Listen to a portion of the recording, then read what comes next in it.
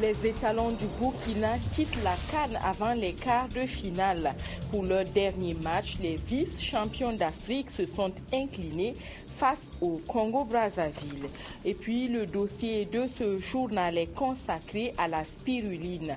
Cette algue très riche en protéines et en fer permet de lutter efficacement contre les carences des personnes vulnérables comme les enfants et les femmes enceintes. Bienvenue à tous et merci de suivre les dernières actualités sur la télévision du Burkina. Le miracle tant attendu n'a pas eu lieu pour les étalons du Burkina à la CAN 2015. Ils se sont inclinés au cours de leur dernier match par le score de 2-1. Les vice-champions d'Afrique rentrent au bercail sans avoir franchi le cap des quarts de finale. Voici un extrait des réalisations avec le service sport. Pas en difficulté sur point de vue, il n'y a pas de position d'hors-jeu. Doré qui va attendre certainement une solution. Doré qui lève la tête. Doré dans cette phase de réparation. L'ouverture du score. Bifouba Kijaï qui récupère le ballon et il arrive à passer, à ramener le danger. Et c'était bien joué. Attention, égalisation du Burkina Faso. Je l'ai rappelé, Bansé. Lui, il était là tranquillement.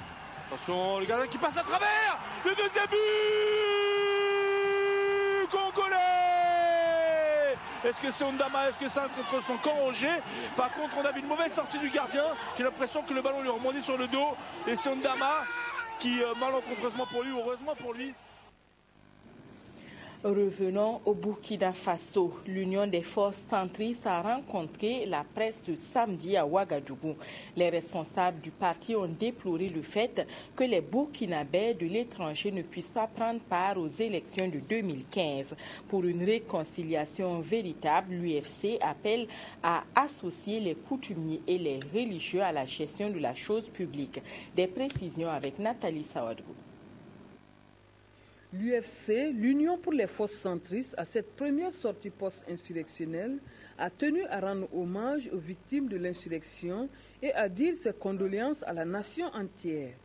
L'UFC prône la réconciliation des fils et filles de la nation, seul gage de la stabilité pérenne au Burkina Faso. D'où le thème de la rencontre, réconciliation nationale comme impératif de la cohésion sociale au Faso, vision et contribution des centristes. Nous disons qu'il est grand temps que chaque acteur politique, chaque Burkinabé, s'inscrive dans une logique de plus jamais ça au Burkina Faso. Et pour le réussir,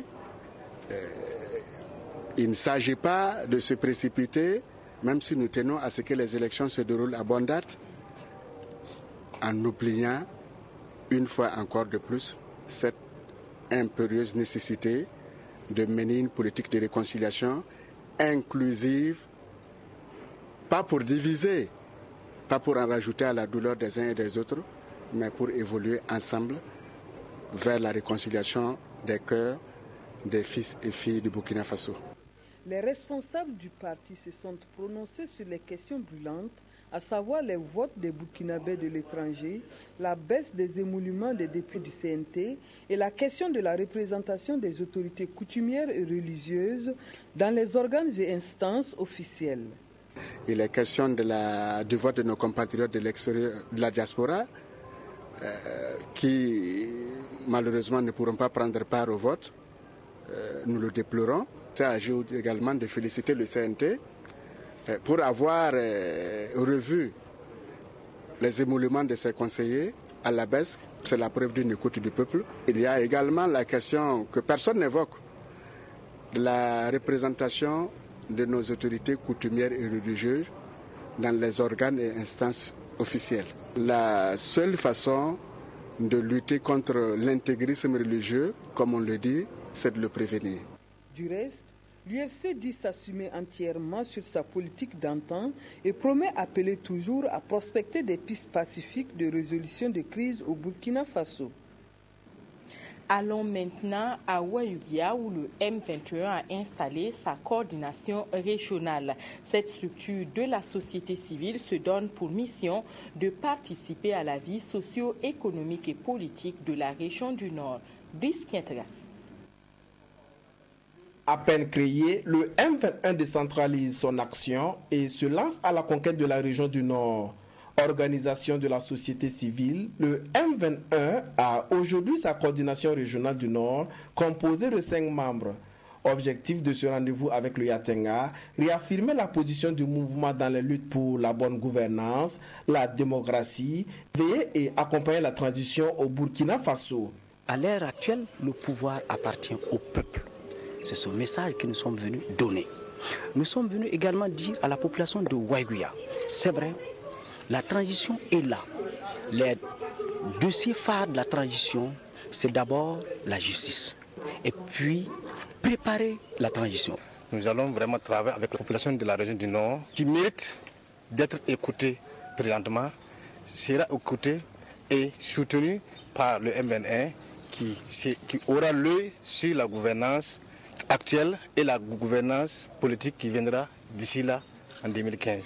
Cette journée d'installation de la section régionale du M21 était riche en interventions et la série de questions à laquelle s'est prêté le présidium portait surtout sur les émoluments des députés du CNT, les débrayages de certains agents et les mouvements d'humeur de population.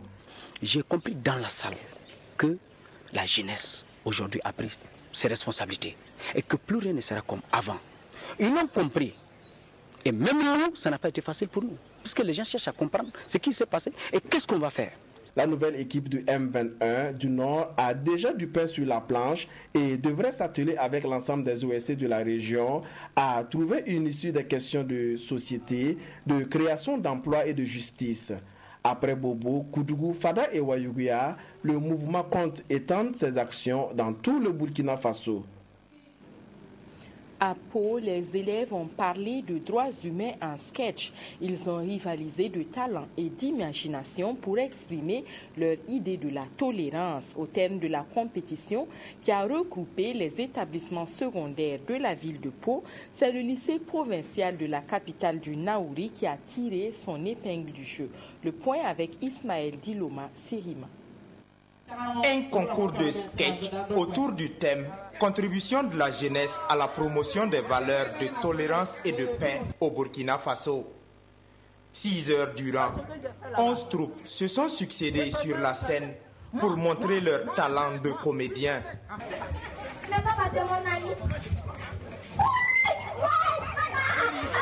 Asseyez-vous et discutez. C'est du dialogue, hein? C'est du dialogue. Hein? Asseyez-vous et discutez.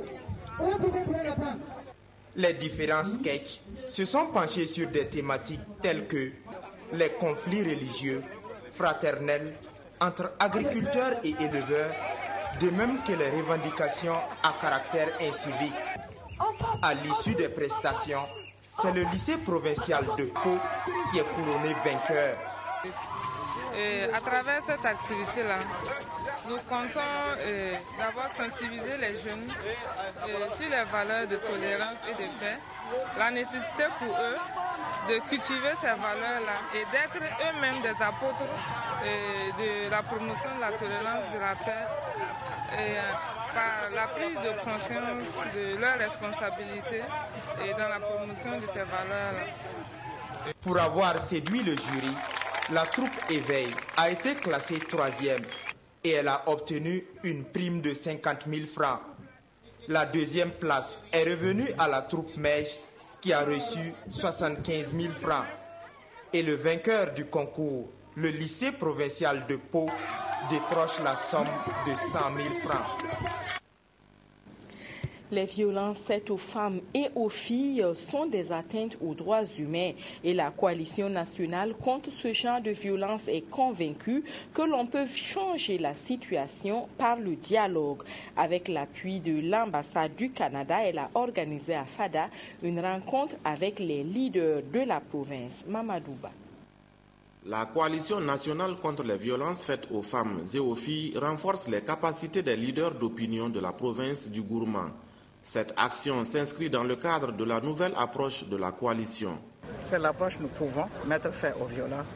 Et c'est une approche vraiment individuelle, elle est active. Ça veut dire que c'est l'individu qui prend sur lui de convaincre quelqu'un d'autre d'arrêter les violences. Le principe, c'est que j'ai un voisin violent dans sa famille, je vais trouver les mots, je vais trouver le comportement, en donnant moi-même l'exemple. Je vais donner l'exemple de quelqu'un qui ne tolère pas la violence et je vais parler à ce voisin-là afin qu'il change son fusil d'épaule, comme nous disons. Il n'y avait pas souvent assez de dialogue dans les familles. Nous allons plus approcher nos femmes, causer avec eux ainsi que les jeunes filles pour que chacun puisse comprendre ses droits et aussi ses devoirs parce que c'est de cela qu'il s'agit réellement. Témoin de l'engagement de ses chefs coutumiers, religieux et membres d'associations féminines du Gourma, l'ambassadeur du Canada au Burkina Faso a invité chaque groupe cible à persévérer dans ce combat pour la dignité humaine. Je trouve le thème violence faite aux femmes et aux filles très très important. C'est un problème. C'est un problème partout, pas uniquement au Burkina Faso, c'est un problème dans tous les pays. Il faut des efforts concertés et continus pour contrer et pour éliminer les violences faites aux femmes et aux filles. Ces leaders d'opinion entendent investir les lieux de culte, les fêtes annuelles et milieux associatifs tels des soldats en mission pour combattre toute violence faite aux femmes et aux filles. Voici à présent le dossier de ce journal et comme je vous l'ai annoncé en titre, nous allons parler de la culture et de l'utilisation de la spiruline. L'association Dispensaire Trottoir s'est engagée sur cette voie depuis 2009 à Bobo-Dioulasso et depuis, beaucoup d'utilisateurs ont adopté la spiruline. Amadou Lougué.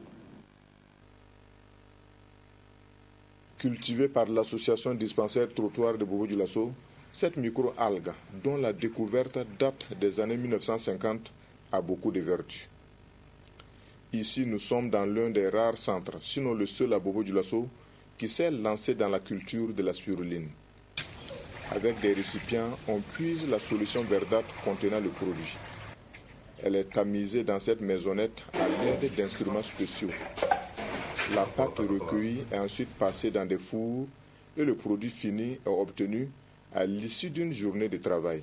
Vous pouvez manger avec la nourriture, mais pas la nourriture qui est chaude. Avec les jus aussi, bissap, même des yaourts aussi, bon, comme la couleur, certains n'aiment pas la couleur verte là.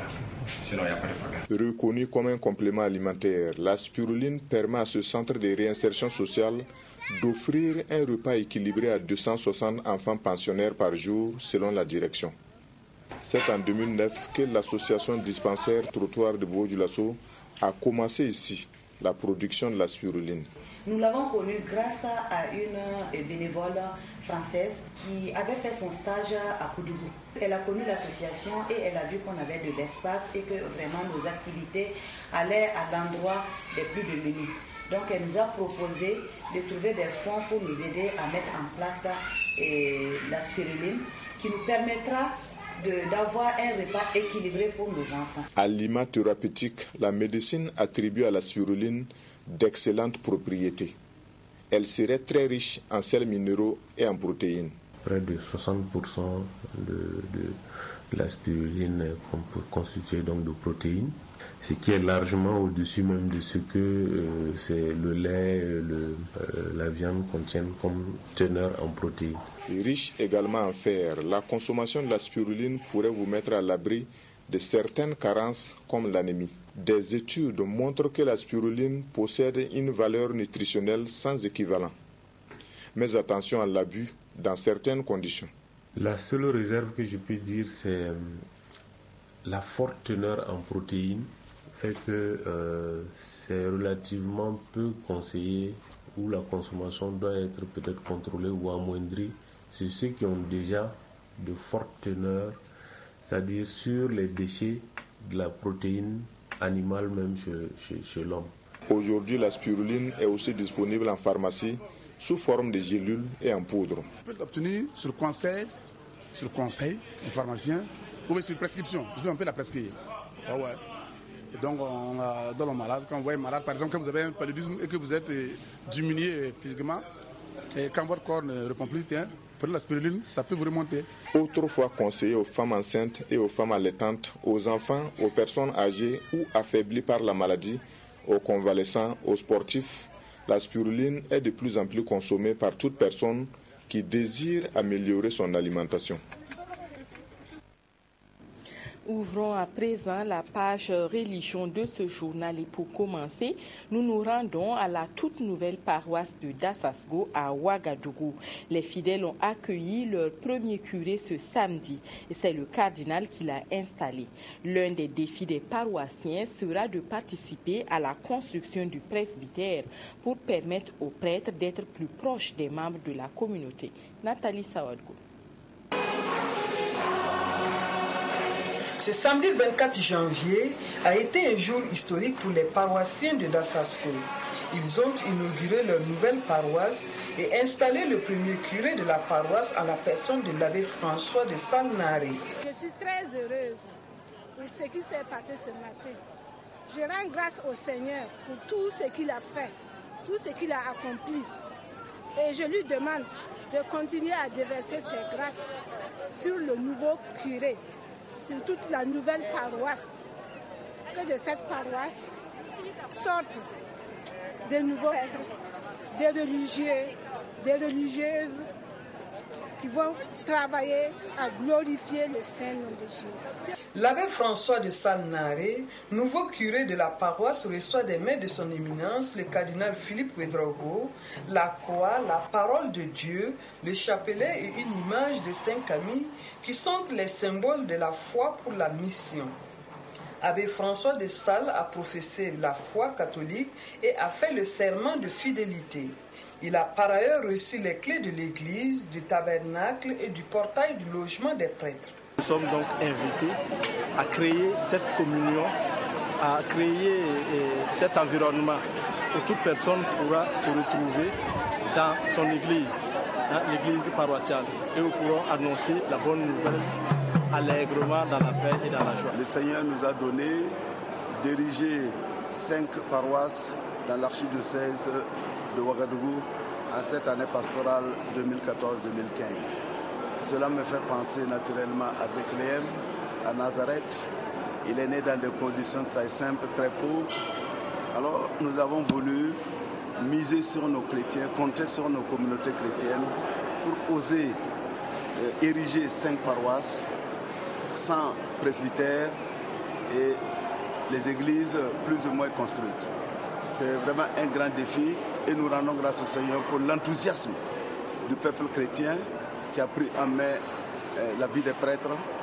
Cette célébration a été une occasion pour son éminence, le cardinal Philippe Ouédraogo, de poser et de bénir la première pierre du presbytère. Au Centre international de mission, de délivrance et d'intercession, l'on a prié pour le Burkina Faso. En plus de l'action de grâce pour tout ce que Dieu a fait pour le pays des hommes intègres, les fidèles réunis au midi ont prié pour la réussite de l'organisation des prochaines élections pour permettre au pays de vivre dans la quiétude et la paix. Amandine Lalsaga. C'est une soirée d'action de grâce ponctuée par des cantiques, des adorations et des prêches. Le Centre international de mission de délivrance et d'intercession, CIMIDI, témoigne ici sa reconnaissance à Dieu pour les grâces obtenues courant 2014. Un témoignage matérialisé par une séance de prière et d'intercession pour la paix, le développement et la prospérité du Burkina Faso. Nous prions pour la nation parce que nous sommes dans une période de transition qui est très importante. Avec les prochaines élections électorales, il y aura des joutes vraiment à tous les niveaux et nous prions que ça se fasse non seulement démocratiquement, mais ça se fasse avec fair play, car la politique ce n'est pas une violence, c'est comme un match de football, que le meilleur gagne et qu'ils puissent s'entretenir et que les politiciens se reconnaissent bien et qu'ils sachent qu'ils sont là pour le meilleur devenir du pays. Ils ne sont pas là pour eux-mêmes et c'est pourquoi nous prions aussi que Dieu leur donne la sagesse et qu'ils voient d'abord le meilleur devenir du Burkina Faso avant de voir leurs intérêts personnels. Des orateurs et des guides de prière d'églises sœurs ont accompagné l'initiative du pasteur principal du CIMIDI, le prophète Emmanuel Sawadgo. Après 7 ans d'existence, le centre envisage, aménagé dans ces nouveaux locaux, une église qui à terme aura une capacité de 10 000 places assises. C'est tout pour ce dimanche, mais ne zappez pas, le service sport vous donne rendez-vous dans quelques instants pour le spécial CAN 2015. Bonne suite de programme sur la RTB et bonne reprise demain.